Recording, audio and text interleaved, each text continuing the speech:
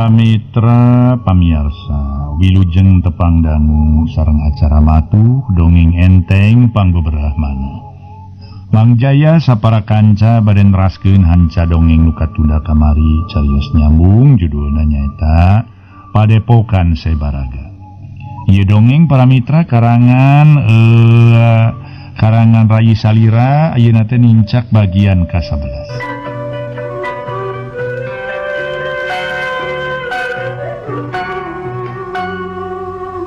Para mitra pamirsa mangga dongeng urang lajengkeun deui carios nyambung nu judulna Padepokan Sebaraga. Rekayasana Rayi Salira dina bagian ka-11. Mangga urang lajengkeun. Urang mulang kana carita ngeunaan pramuda nu keur ngadondiuk di sisi jalan wates pilemburan. Di kajauhan katempo rentang-rentang dua jalma laleumpang nguru ka manehna. Pramuda mencerong kadua jalma bari ngagerentes.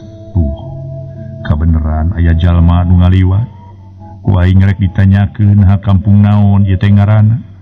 Jeung aing waleh we rek milu ka eta jelema. Lantaran aing kacida laparna. Nah make jeung era-era teuing. Ceuk pramuda bari mencerong ka nuduaan. Teu lila nuduaan teh tepi ka hareupeun atuh jeung pramuda nangtung. Bari mencerong kadua jelema pok tumanya. Kepunten mamang, sim abdi ngiring tumaros, ceuk pramuda meuni sopan. Sedengkeun dua jelema anggur silih reret, tuluy pating arunggut ret anu saurang ka pramuda, tuluy cumarita bari matak nyentuh kana hate pramuda. Hei Jajaka, saha anjeun? Jeung naon sababna? Anjeun aya di lembur ieu. Sok geura jawab Jajaka. Pokna meuni teu reugeus. Atuh puguh we pramuda pohara ngajenghokna ku ngadenge kekecapan eta jalma nu kasar gariha. Tacan gelipur ka kaget geus pok manten saurang tumanya leuwih kasar. Si lain dangtu balad rampok nu mineng ngaruksak banda masyarakat urang dieu deuleu. Sok atuh leungeun teh lantaran panika ku aing dicangkalak sia. Kalawan disetorkeun ka mama kubu deuleu. Ceuk nu saurang bari muncereng ka pramuda. Atuh puguh we pikeun pramuda ngerasa kaget ku ngadenge kekecapan eta dua jalma. Sok komo make jeung nyang karampog sagala kadirina. Keke mamang ke sakedap. Naon margina mamang duaan yang kirampog ka abdi. Nah abdi teh aya ulat rampog kitu. Ceuk pramuda rut ret kanu duaan. Wah teu kudu pura-pura sia Jajaka. Geus sababaraha urang jelema teu dikenal datang ka ieu lemur. Akhirna ngaruksak jeung ngarampog. Aing yakin sia teh tangtu rampog keneh lantaran aing yakin yen sia lain urang dieu. Buru-buru ka tukang eta leungeun teh deuleu. Ku aing diborol sia, sok buru-buru. Ceuk eta jalma bari tipu puncereng. Kituna keukeuh nyang karampog ka pramuda. Puguh pikeun pramuda ngarasa kasihjeung sakaligus ngarasa nafsu kurengkak paripolahna dua jalma ngahaja-haja manehna tumanya sopan ka dua jelema sedengkeun dua jalma malah nyangka nu lain-lain ka dirina. Pok pramuda cumarita rada sengit. Ngahaja-haja kuring tumanya sopan ka aranjeun duaan malah sabalik na bet anjeun duaan nyangka nu lain-lain ka kuring. Kacida teuing baraya. Ceuk pramuda nyeuneu. Haha. Mun kitu mah nyata andi kate balad nerampog. Nu minang operasi ka lemur ieu deuleu. Sok Jajaka ka tukang geus leungeun. Ku kuring diborogod kalawan disetorkeun ka mama kubu. Buru-buru sia. Mun ngalawan tangtu ieu bedog bakal ngalabak. Bakal nyarita kana awak andika. Pok. Hayo kadeuh ka tukang geus leungeun. Uguh we. Pramuda ngarasa nafsu ku caritaan eta jalma. Pok pramuda cumarita bari nulak cangkeng sabeula. Sedengkeun sabeula deui tutunjuk. Nah dikira ku aranjeun duaan teh kuring teh tunggu nu bakal cicing bae. Dikitu kieu ku aranjeun. Ye baraya. Kuring ge boga daya. Ye tangtu moal cicingeun lamun aranjeun duaan nincak ka kuring. Ye. Sok rek kumaha maksud aranjeun duaan. Geura prak tarewak ye kuringnya. Ai anjeun duaan lamun nya aranjeun duaan bisa newa ka kuring deuleu. Ceuk pramuda. tungtung nama kagok borontok kapalang caramang cek paribasana kapalang nangtang kadua jalma lantaran ngarasa kasih gengku caritaan dua jalma sedang ye dua jalma lelei tebenang di bawah lelei atuh tungtung na pramuda ge kudu nemongkeun sihung cenah para mitra kudu nemongkeun siih jeung hareupan jalma kieu mah eta jalma teh nyarita deui aya siihan euy andika teh geuning jajaka na yakin andika bakal leupas tina cangkraman dewek doan jalma sagede nanahaon ieu jalma leutik sakepeul jeung bajuna ngadonangtang-nangtang keun Usman euy ku dewek heula yeuh magluk teh ditewakna moal sabaraha gerakna pira jelema sagede leutik lah alah jelema kieu mah congcorang murus ngaranna ceuk nu saurang bari ngareret ka baturna nu ngaran Usman pok nyarita bae kadinya dir dewek mah laju heula euy engke lamun maneh teu kuat giliran dewek nyangkalak ieu jajaka kudu beunang euy lantaran mun ieu jajaka teu beunang urang tangtu bakal menang persenan ti mamaku jauhna urang bakal dibere kalungguhan di pakuwon urang dibere lahan euy nyaeta pokona mah dibere tanah urang teh bere sawah euy ku pakuwu keur molah cek Usman ngareret ka baturna nu disebut Qadir teu nembal angguret ka pramuda pok nyarita tur tanganggap enteng ka pramuda nu memang awakna teu sabaraha gede hei jajaka meme dewek nyetorkeun andika dewek hayang nyaho heula hayang nyoba heula nepi ka mana pangarti anjeun salaku balad rampok deuleu sok geura budi sia cik Qadir mencerong ka pramuda pek we anjeun heula geura-gerak bisi rek neungeut ti heula geura pek pilih awak kuring nu empuk cingan kuring hayang ngasaan teungeulan jeung tajongan anjeun teh ceuk pramuda tenang nakeran puguh we para mitra sadaya Qadir ngarasa nafsu lantaran asa dihina ku pramuda kurang ajar sia bangsat ieu tarimakeun ku si laing sia bangsat ceuk Qadir saleber Qadir ngirimkeun panaraja ngarah kana awak pramuda kituna teh gede kayakinan yen kana tangtu pramuda bakal langsung ngajungkel lantaran nguntu pisan ka pramuda nu memang leutik disebutna ge si congcorang murus pramuda nu sasat geus asat latihan tur geus ngawasa 17 jurus wangun pupuh warisan eyang mingkara piraku kudu beunang sapiraku kudu beunang mah para mitra ku serangan kitu-kitu wae mah seret pramuda ngageserkeun suku Kakenca bareng jeung kitu suku Katuhu ngarengka suku Qadir marengan dampaleungeun nu ngageblageun awak Qadir atuh puguh we geus bisa kasawang tolonyong Qadir tito tolonyong ru Qadir namru dina kamalir bari ngagero lantaran tarangna nyium tani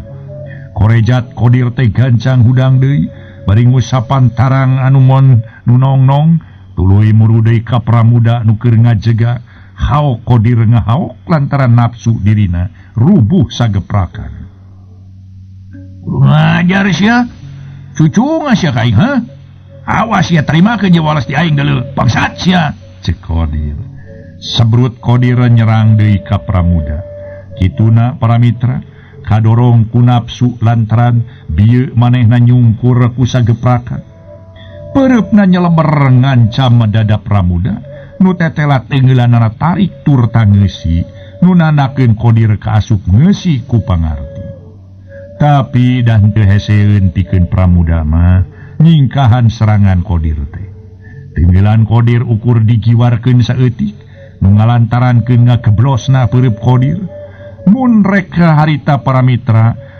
mun rek mah babarieuna keur pramuda males nyerang lantaran dada Qadir lowong kosong harita teh bisa wae peureub atawa tuur pramuda ngahakan dada Qadir tapi pramuda teu kitu pramuda ukur nyingkahan serangan bari teu males nyerang ka Qadir dina kayan kitu teh karasa ti lebah tukang angin serangan palebah tukang angin serangan nyata Usman ngabongohan ti tukang pramuda geus harita asak pangrasana gancang dongko bari jeung harita teh suku Katuhu dikatukangkeun cenah harita para mitra si horeng si mana horeng angen Usman benang pisan kusiku Pramuda beh bareng jeung Qadir anu ngakurowok nu mana horeng katenggel perepe ku perep Usman nu milepaskeun kana beungeut Qadir bru Usman jeung Qadir nalamru tapi tetela karuat sakitu mah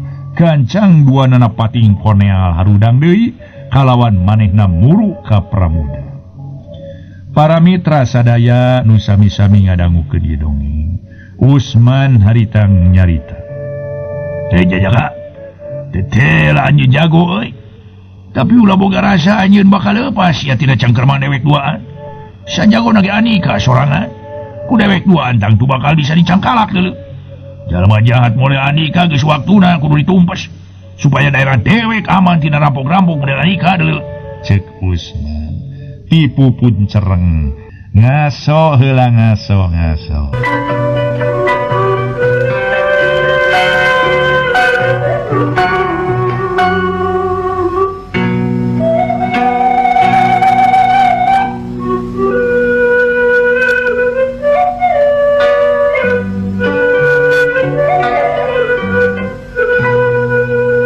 Mitra pamiarsa Usman tipu pun cerang kekeh nyangka jalma jahat ka Pramuda harita nyarita cekuring ari bisa mapek wae geura tarewa kuring ku aranjeun duaan tapi kuring yakin lain kuring nu bakal katewa ku aranjeun sabalikna aranjeun duaan bakal katewa ku kuring sorangan cek Pramuda ngahaja sangkan musuhna panas hate nu antukna nyerangna teu make aturan bangsat sia moal disesakeun sia ku aing kuyuk sia cek Usman tapi memeh Usman nyerang gero di lebah gigireun teh kadenge sora nu ngagorok eureun Usman Qadir eureun cek hiji sora pugu Usman nu geusa aya sabak-bekeun nonyok teh ngarengkong meh bareng tiluan ngareret ka lebah datangna sora breh katempo saurang jalma nyampeurkeun Usman jeung Qadir apal nu datang nyampeurkeun teh nyatana Mama Kuwu atuh pok Usman cumarita Mama ieu jelmana balad rampok teh Mama cek Usman tutunjuk ka Pramuda mohon Mama tah ieu minangka salah sawios balad rampok teh nu mineng ngarannya hartabana masyarakat teh Mama Qadir maira kekelanan Qadir Usman kekelanan ulah waka nyieun tinakan ka ieu jelema sabab ieu jajaka kudu dipariksa heula. Ulah waka nyieun tindakan. Sok pariksa heula nu bener. Ceuk Mamaku. Qadir jeung Usman bangun teu panuju kana tindakan Mamaku ari sabab kahayang manehna duaan mah Pramuda teh langsung ditindak lantaran manehna duaan ngarasa nyeri hate lantaran geus dirag-ragkeun ku Pramuda. Sedharita Mamaku katempo tenang nakran tur tah henteu getah sarupateun kawas Usman jeung Qadir bubuhan kasebut kubu nu tangtuna ge wijaksana aya paribasa landung kandungan lair aisan leuleus jejer liatali dina nangtukeun hiji tindakan ret Mamaku ngareret ka Pramuda nu keur ngajengjen bari moloho pok Mamaku tumanya leuleui naker ka Pramuda kekelanan ujang Mama terek tumanya ka ujang teh omat ye mah omat jawab sajujur-jujurna ku ujang ari ujang teh saha jenengan jeung ti mana kawi jeung naon sababna pangna aya di tapel wates daerah kakawasan Mama ieu teh cik Mamaku bari neuteup ka Pramuda sedengkeun ari Qadir jeung Usman mah ukur silih reret bari jarbi lantaran teu panuju ka Mamaku nu leuleui nyaritana tapi sok sanajan kitu Qadir jeung Usman teu bisa majar kumaha Pramuda ngarenghap ngadenge pananya Mamaku nu sakitu mata genah karasana asa dihargaan atuh pok Pramuda teh ngajawab sarua di sopan nyaritana atur nuhun Mama sim abdi ditaros ku salira Mama atur dupi abdi teh wasta mah Pramuda dupi kawit mah muhun lemur matuh Banjar Karang pamidangan abdi mati pasir konang mama rupi pangna abdi dongkap kaya tempat were abdi teh nuju milarian pun adi nu ica cek Pramuda bari mencerong ka mamaku kituna terus terang teu didingding kelir di sinang siloka langsung cumarita satara basna atuh es tuning para mitra dina ngoning nyarita teh kaluar tina ati sanubari harita teh nyarita ka mamaku. Oh, jadi kitunya si Ujang deh. Mamaku ungut-ungutan. Ke. Kukupingan mama, Ujang teh nuju milarian adi Ujang. Saha adi hidup teh istri atau apa megat Ujang? Cek mamaku deui. Sedengkeun Qodir jeung Usman Jarbi bari jeung hatena ngageremet lantaran hayang males atuh para mitra lantaran tadi manehanana geus pada kabeunangan ku Pramuda. Pun adi nu ica teh istri mama jenenganana Imas prihatin cek Pramuda. Janten tuang rayi teh istrinya. Yaktos mama. Ke Ujang. Satu acana kapapanyangan. Tadi amang ngabandungan gerakan jurus-jurus Ujang. Bet amah teh asa apal kana eta jurus teh. Na Ujang teh kenal henteu saurang-saurang jalmi nu jenenganana nyaeta Eyang Mingkara cek mamaku wutumanya. Atuh puguh Pramuda ngarenjang para wargi sadaya lantaran mamaku bet nyebut ngaran nu jadi guruna Eyang Mingkara. Sajongjongan mah Pramuda mencerong ka mamaku pok mamaku tumanya deui. Nah, Ujang anggur molohok ditanya teh. Nah Ujang wawuh henteu ka eta jenengan cek mamaku malikan pananyana. Mama, upami dipercanten mah Eyang Mingkara teh guru abdi sakaligus gegentos pun bapa nu sakitu mika nyaahna sareng mika dedeuna ka abdi mama. Cek Pramuda es tuning nyarita para mitra henteu didingding kelir di sindang siloka. Nyarita teh langsung togmol manehanana barang ngadenge yen Pramuda ngaku muridna Eyang Mingkara. Ujug-ujug gabrug mamaku ngarangkul ka Pramuda. Aduh kasep Ujang. Geuninganana teh sangka hidup teh tunggu dulur mama ieu teh. Pokna bari ngarangkul ka Pramuda. Ngaso heula para wargi sadaya ngaso.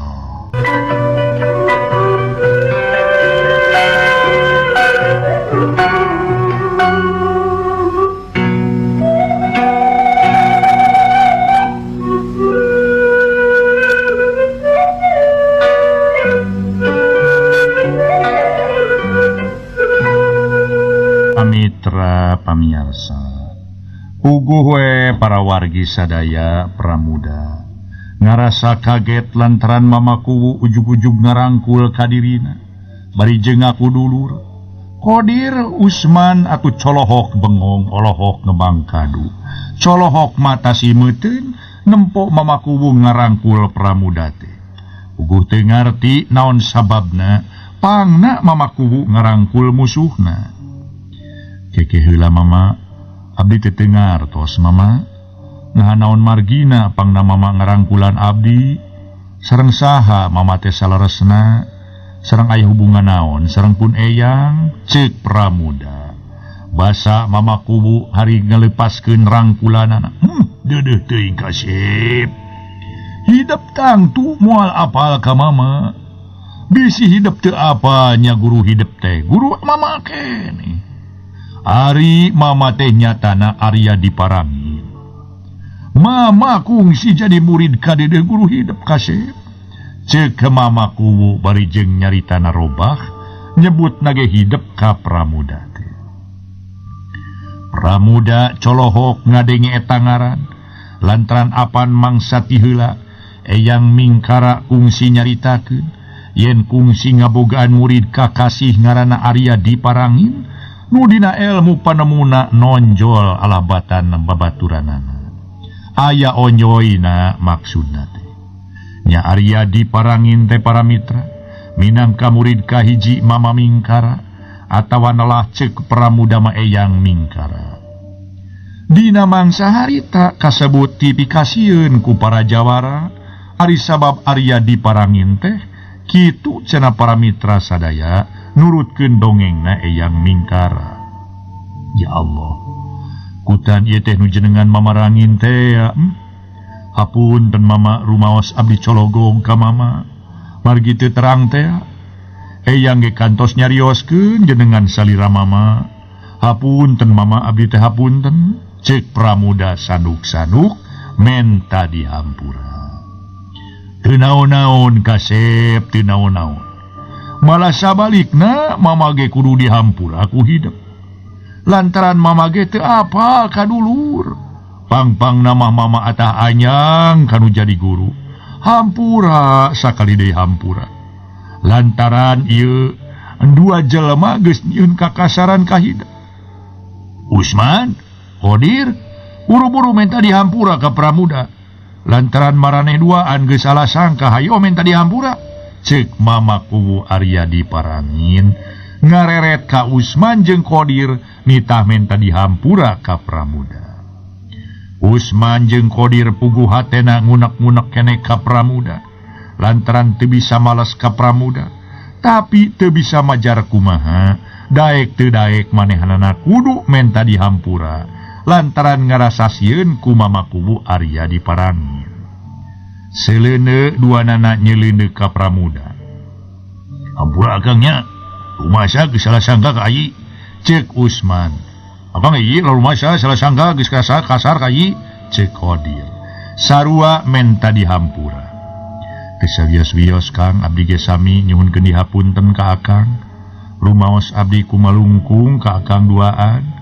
Cek pramuda bari nampanan dampalengan Usman jeung Kodir. Mun atuh mama margi ayeuna mah tos jelas janten abdi teh bade ti payun atuh di kandun atuh mama. Cek Usman. Kituna bari ngenyang leungeun Kodir diajakan ini. Sanggeus rada jauh mapok Usman cumarita ka Kodir. Dir. Dek mah tetep euy ngarasa keheul ka eta ti jelema teh euy. Sanajan kumaha kubu geus di aku dulur ge. Tetep euy bikeun dewek mah. Ngerasa nyeri hate lantaran geus ngahina basa turut ngaragerakeun urang duaan. Kumari pikeun maneh dir? Jeung ieu pamangih maneh ieu kumaha? Ngeunaan eta jajaka teh. Cek Usman ngareret ka Kodir. Heueuh najan dewek ge sarua we euy. Dewek ge ngarasa keheul ka si jajaka teh euy. Cacak-cacak lamun tadi taya mamaku mah lah. Moal teh kumaha bawa ku dewek teh. Da dewek ge wani keneh atuh. Jeung sanggup pikeun ngarubuhkeunana. Tadi mah kabeunangan sotenan bane we dewek keur balanga. Pirage boga tangtungan segede leutik lah.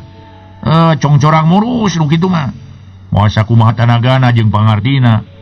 Pekasa piraku dewek kasebut anak pasuganda. Nu kasebut jago eleh we ku manusia segede leutik kitu. Cek Kodir. Sarua deui para mitra pada ngunak-ngunak ka pramuda.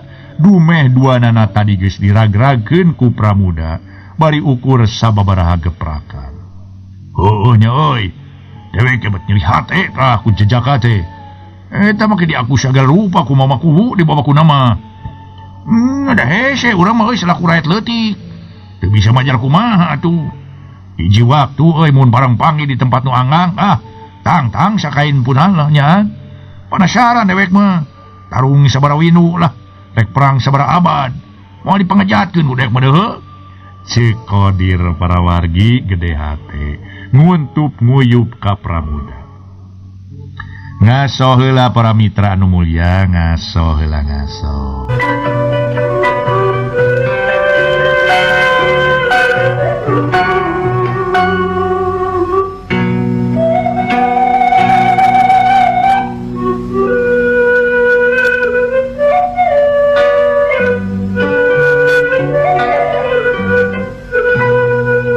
Para mitra pamiarsa, antukna nu duaan nyatana Usman jeung Kodir.